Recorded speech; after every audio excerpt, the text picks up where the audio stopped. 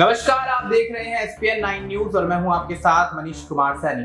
उत्तर प्रदेश में उपचुनाव को लेकर तैयारियां जोरों शोरों पर जारी हैं और ऐसे में समाजवादी पार्टी अहम भूमिका निभाती हुई नजर आ रही है। लेकिन अगर देखा जाए तो बहुजन समाज पार्टी, आजाद समाज पार्टी और भारतीय जनता पार्टी भी पीछे नहीं है। जिस तरीके से बहुजन समाज पार्टी को लोकसभा चुनाव के दौरान करारी हार का सामना करना पड़ा, आजाद समाज पार्टी के प्रमुख चंद्रशेखर रावण नगीना लोकसभा सीट से चुनाव लड़कर जीतते हुए नजर आए। उसके बाद दोनों ही पार्टियां सूबे में एक्टिव होती हुई नजर आ रही हैं। ऐसे में अब कयास ये भी लगाए जा रहे हैं कि क्या वाकई चंद्रशेखर रावण, आजाद और मायावती अपनी पार्टी के माध्यम से उपचुनाव में कुछ सीटें निकालने में कामयाब रहेंगी, क्योंकि जिस तरीके से लोकसभा चुनाव में दोनों ही पार्टियों की भूमिका देखी गई, उसके बाद यहाँ पर बहुजन समाज पार्टी जो है कुछ बेहतर प्रदर्शन नहीं कर पाई लोकसभा चुनाव में। उसके बाद आकाश आनंद की जिस तरीके से वापसी होती हुई नजर आई पार्टी में, उसके बाद ये कयास लगाए जा रहे हैं कि आकाश आनंद के नेतृत्व में पार्टी जो है उपचुनाव में कहीं ना कहीं जीत हासिल करती हुई नजर आ सकती है। 10 सीटों में से कुछ सीटें निकालने में कामयाब हो सकती है। और वहीं आजाद समाज पार्टी के प्रमुख चंद्रशेखर रावण भी दावा ठोकते हैं कि 10 सीटों पर चुनाव लड़ेंगे और जीत भी दर्ज करेंगे। अब देखना यह होगा कि भारतीय जनता पार्टी जो कि सूबे में पिछले लोकसभा विधानसभा चुनाव में यहाँ पर अपनी सरकार बनाती हुई नजर आई, उसके बाद अब उपचुनाव में क्या भारतीय जनता पार्टी कोई जीत बड़ी यहाँ पर दर्ज करती हुई नजर आएगी, या फिर अखिलेश यादव एक बार दोबारा से यहाँ पर उपचुनाव में लोकसभा चुनाव के बाद बड़ी जीत दर्ज करते हुए नजर आएंगे, या मायावती की पार्टी यहाँ पर अपनी जीत का परचम लहराती हुई नजर आएगी। और ऐसे में तमाम सवाल यहाँ पर निकल कर आते हैं। तमाम सवालों के जवाब जानने के लिए हमारी सहयोगी नाज़मीन मौजूद है। नाज़मीन, बहुत बहुत स्वागत है आपका। नाज़मीन, क्या कुछ लगता है जिस तरीके से मायावती ने लोकसभा चुनाव में करारी हार का सामना करा, आकाश आनंद की वापसी के बाद दोबारा एक्टिव होती हुई नजर आई, उपचुनाव पहले कभी नहीं लड़ी लेकिन इस बार के उपचुनाव में भागीदारी निभाती हुई नजर आ रही है, आजाद समाज पार्टी के प्रमुख चंद्रशेखर रावण ताल ठोकते हुए नजर आ रहे हैं, तो क्या भारतीय जनता पार्टी के लिए मुश्किलों का दौर ये हो सकता है? क्योंकि जिस तरीके से लोकसभा चुनाव में करारी हार हुई है, उसके बाद पार्टी की स्थिति जो है वो ढलान पर आती हुई नजर आई है। उसके बाद क्या वाकई योगी आदित्यनाथ अपने नेतृत्व में पार्टी को एक मजबूती प्रदान करेंगे? क्या विधानसभा के उपचुनाव में यहाँ पर भारतीय जनता पार्टी कुछ सीटें निकालने में कामयाब होगी? क्या कुछ लगता है? देखिए, अगर हम बात करें कि भारतीय जनता पार्टी का प्रदर्शन लोकसभा चुनाव में अच्छा नहीं रहा और वो 33 सीटों पर सिमट कर रह जाती है, इसमें सबसे बड़ा हाथ यहाँ पर विपक्षी पार्टियों का भी आप मान सकते हैं। जैसा कि आपने कहा कि उपचुनावों में भी यहाँ पर आजाद समाज पार्टी चुनाव लड़ती हुई नजर आएगी, बहुजन समाज पार्टी यहाँ पर चुनाव लड़ती हुई नजर आएगी।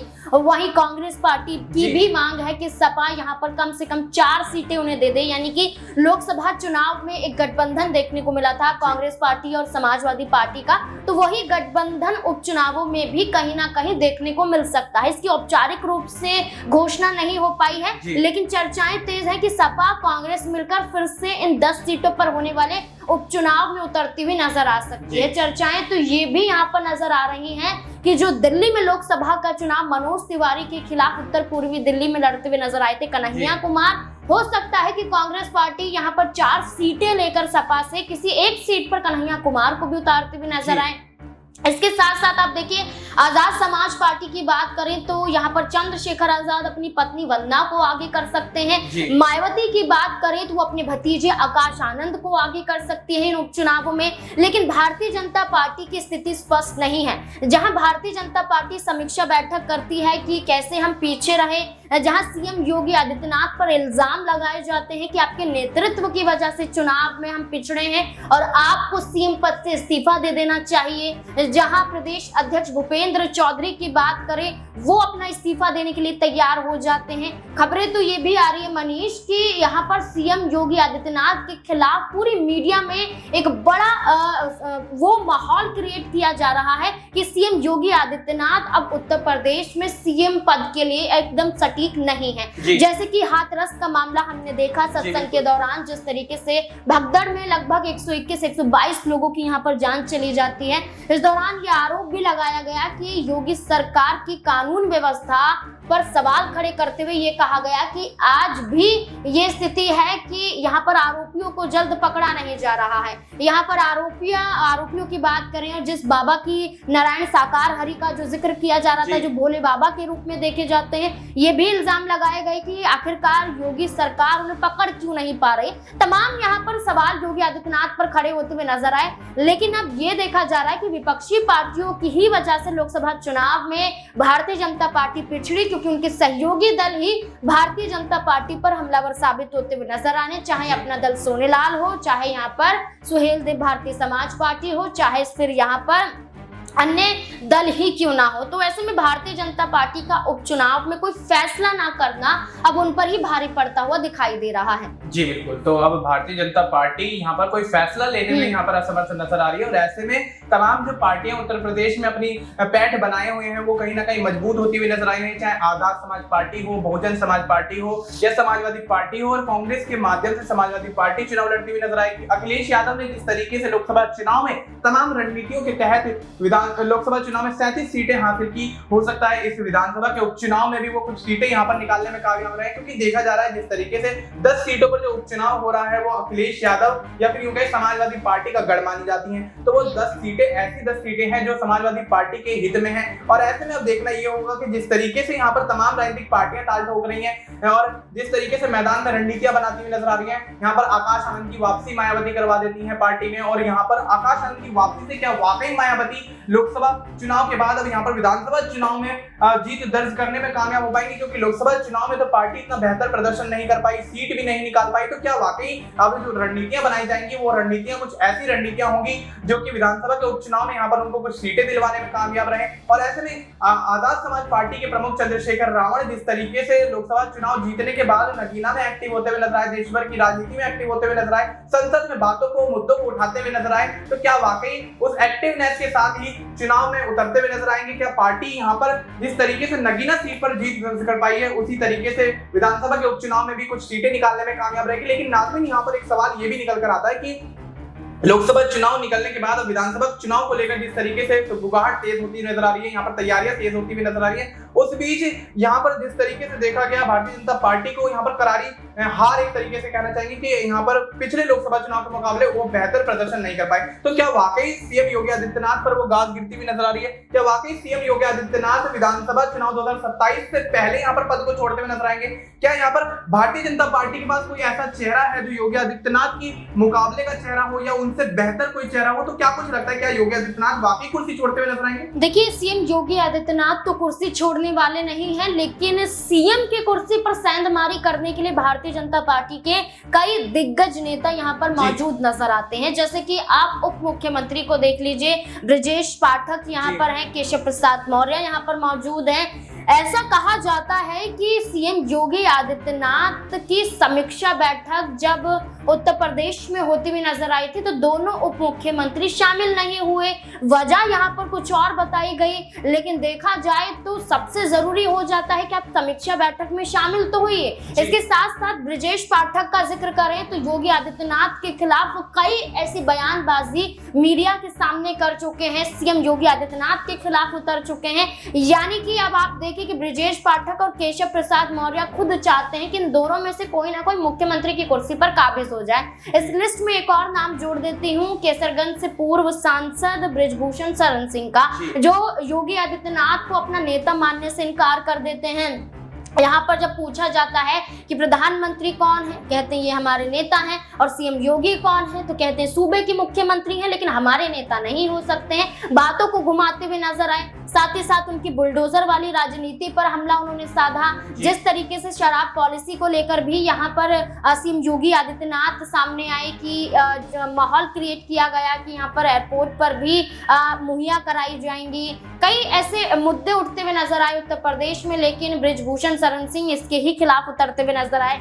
आप देखिए, जब हाथरस का जो कांड हुआ, इस कांड के दौरान समाजवादी पार्टी के राष्ट्रीय अध्यक्ष अखिलेश यादव ने एक आरोप लगाया कि जो ब्रजेश पाठक हैं ना सिर्फ सूबे के उप मुख्यमंत्री हैं बल्कि स्वास्थ्य विभाग का जिम्मा भी उनके पास है।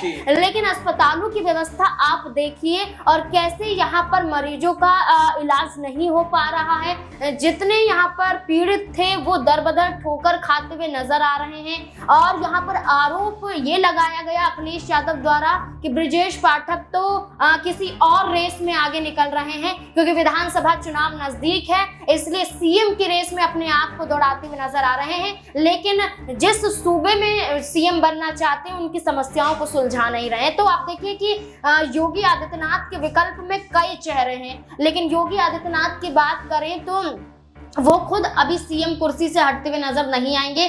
लेकिन समाजवादी पार्टी वाकई यहाँ पर मनीष यहाँ पर कड़ी टक्कर उपचुनावों में भी देते हुए नजर आएगी, क्योंकि 2027 का चुनाव अभी दूर, लेकिन उपचुनावों की बात करें तो 5 सीटें सपा की जिताऊ सीटें हैं और ऐसे में दावा किया जा रहा है कि 5 सीटों पर जीत के साथ साथ वो 5 और सीटों पर जीत का दावा करें। अब देखना होगा कि सपा क्या वाकई यहाँ पर भारतीय जनता पार्टी को ध्वस्त कर पाएगी कि नहीं। जी बिल्कुल, तो सपा को यहाँ पर भारतीय जनता पार्टी को ध्वस्त करके दिखाना होगा, क्योंकि जिस तरीके से लोकसभा चुनाव में यहाँ पर जीत दर्ज की है तो जनता की या यूं कहें कि पार्टी कार्यकर्ताओं की उम्मीदें अपने नेता अखिलेश यादव को लेकर बढ़ जाती हैं। और ऐसे में क्या वाकई समाजवादी पार्टी लोकसभा चुनाव के बाद विधानसभा के उपचुनाव में जीत दर्ज करती हुई नजर आएगी। लेकिन यहाँ पर एक सवाल छोटा सा और रहेगा नाज़रीन, जिस तरीके से ब्रजेश पाठक पर अब यहाँ पर सवालिया निशान खड़े हो रहे हैं, स्वास्थ्य मंत्री हैं वो उत्तर प्रदेश के, और यहाँ पर जो एक कांड होता है नजर आया भोले बाबा वाला, तो ऐसे में क्या वाकई ये कांड उपचुनाव में भारतीय जनता पार्टी को लेकर डूबता हुआ नजर आएगा? क्या भारतीय जनता पार्टी उपचुनाव में इस कांड के बाद या यूं कहें कि हाथरस कांड के बाद कि यहाँ पर अब सूबे में अपनी जो पकड़ जो थोड़ी बहुत भी रह गई वो भी पकड़ खोती हुई नजर आएगी? देखिए बिल्कुल, अगर हम बात करें तो यहाँ पर जो सत्संग का जो सिलसिला हमने देखा और उस दौरान जब यहाँ पर व्यवस्था सही तरीके से नहीं की गई, कहा गया कि यहाँ पर सिर्फ 80,000 लोगों की व्यवस्था की गई थी, लेकिन 2.5 लाख से अधिक लोग वहाँ पर पहुँच जाते हैं। ये भी आरोप लगाए गए जो यहाँ पर भोले बाबा हैं, उनके जो वकील हैं यहाँ पर AP सिंह, वो ये भी दावा करते हुए नजर आए कि कुछ उपद्रवी या कहें कि कुछ ऐसे युवक भी मौजूद थे सत्संग में जो यहाँ पर जानबूझकर बाबा की छवि को खराब करना चाहते हैं। जानबूझकर उन्होंने इस भगदड़ वाले माहौल को क्रिएट किया। उनके हाथ में जहरीला स्प्रे भी था, वो भी यहाँ छिड़का गया। ये तमाम आरोप यहाँ पर वकील AP सिंह द्वारा लगाए गए। लेकिन सवाल ये उठता हुआ नजर आया कि चलिए हादसा हुआ और हादसे में कई लोगों की जान गई, लेकिन अब इस पूरे मामले में जहां जो मुद्दा उठा था, जहां हादसा हुआ था, उस जगह यहाँ पर सीएम योगी आदित्यनाथ पहुंचे। एक जांच कमेटी बनाई गई है सरकार द्वारा, इसमें जांच की जा रही है। लेकिन जांच के साथ साथ ये कहा जा रहा है कि आपकी पुलिस व्यवस्था कैसी है, आपकी कानून व्यवस्था कैसी है। जब यहाँ पर सत्संग का आयोजन किया गया था तो क्या वहां पर पुलिस व्यवस्था नहीं थी? क्या यहाँ पर सरकार द्वारा जो पुलिस है यहाँ पर क्या वो इंतजाम को नहीं देख रही थी? जो रिपोर्ट यहाँ पर सौंपी गई क्या उसकी जानकारी सरकार को नहीं थी? तो जब यहाँ पर नियमों के आधार पर ही सब कुछ हुआ तो नियमों के आधार पर ये सारी घटनाएं कैसे हुई? तो कानून व्यवस्था पर सवाल उठता है कि अब तक क्यों ढीला माहौल देखा जा रहा है सूबे में। कई बार कई ऐसी घटनाएं सामने आती हैं। हाथरस का सिर्फ सत्संग में भगदड़ का मामला नहीं है, हाथरस में यौन शोषण का मामला सामने आता है।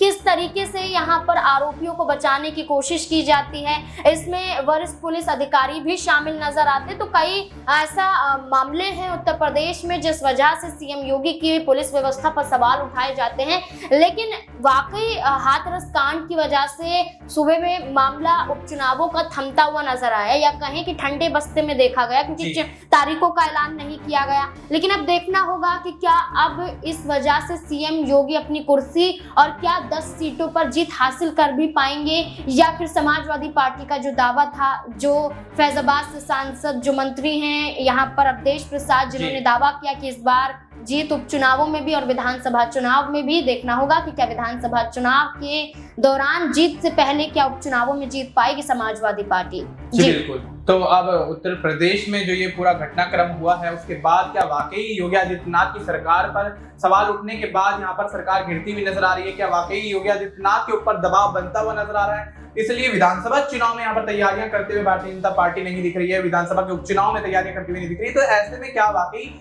सीएम योगी आदित्यनाथ की जगह अब यहाँ पर अखिलेश यादव, जो कि सूबे के पूर्व मुख्यमंत्री रह चुके हैं, समाजवादी पार्टी के मुखिया हैं और कन्नौज से लोकसभा सांसद बने हैं इस बार के लोकसभा चुनाव में, तो क्या वाकई अखिलेश यादव के नेतृत्व में समाजवादी पार्टी 10 की 10 सीटों पर अपनी जीत सुनिश्चित कर पाएगी, या फिर आजाद समाज पार्टी, बहुजन समाज पार्टी और भारतीय जनता पार्टी, तीनों ही पार्टियां यहाँ पर कुछ सीटें निकालने में कामयाब रहेंगी? ये तो खैर आने वाला वक्त ही बताएगा। फिलहाल के लिए इतना ही। देश और दुनिया से जुड़ी तमाम जानकारी के लिए आप देखते रहिए SPN9 न्यूज।